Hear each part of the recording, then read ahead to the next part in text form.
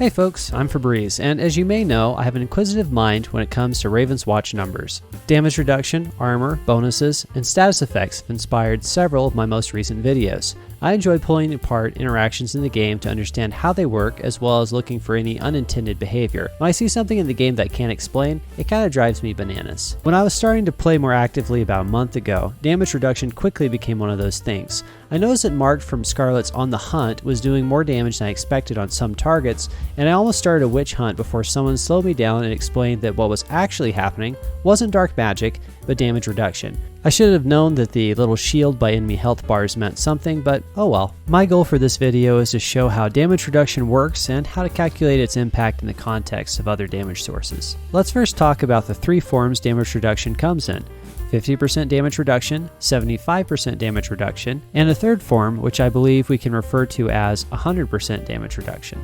The first type of damage reduction is pretty common. You see it on elite marsh ghouls, elite white ladies, and most of the nightmare enemies, snakes, tentacles, spiders, and some others as well. The second is a little rare, but you'll see it on mini bosses and chapter bosses, at least during some phases of your fight with them. And last of all, the third type is only seen on crabs. I haven't tested this thoroughly, but based on what I've seen, each time you hit an enemy with damage, they have to take at least 1 point of damage, regardless of how much damage reduction they have. Defeating enemies who have damage reduction up can be quite a time commitment, so it's generally recommended to stagger them, which disables their damage reduction. Something that's pretty interesting is that damage reduction and damage amplification effects seem to have the same effects but inverted. If you apply vulnerable to a target with 50% block, it will only have 25% block, and if you apply marked and vulnerable to that target, their combined damage amp will cancel out the damage reduction. This can be useful for bursting enemies without first having to stagger them. Status amps also seem to work this way on crabs 100% damage reduction. For example, in this fight, the crabs I'm fighting take 1 damage from a regular attack when I hit them. After staggering the crab, it takes 28 damage per attack. A little later, I apply vulnerable to a crab which takes 7 damage, or 25% of 28, until I stagger it. Then it takes 35 damage, which is 125% of 28. Now that we've explored damage reduction more deeply, I'd like to make it a little more complex by considering all the factors at play when my character does damage, including hero level, items, and talents. My goal is to be able to look at a more complex fight and explain exactly where every point of damage is coming from. To do this, I'll need another tool, the Ravenswatch damage calculation equation. I've discussed this equation in past videos, but here's a short rundown.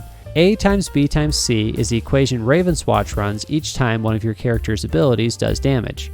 A is your base damage for your ability, which is increased by 10% each hero level.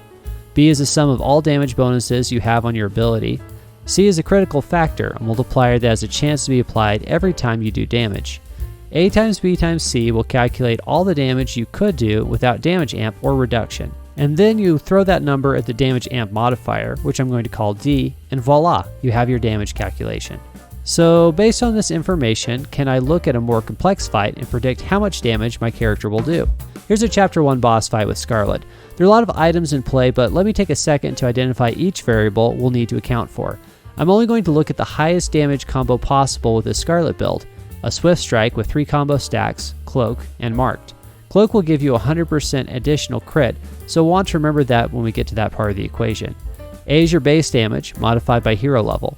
I looked this up before, and a Swift Strike has 40 damage base, plus 20 per combo point, which means 100 damage at level 1.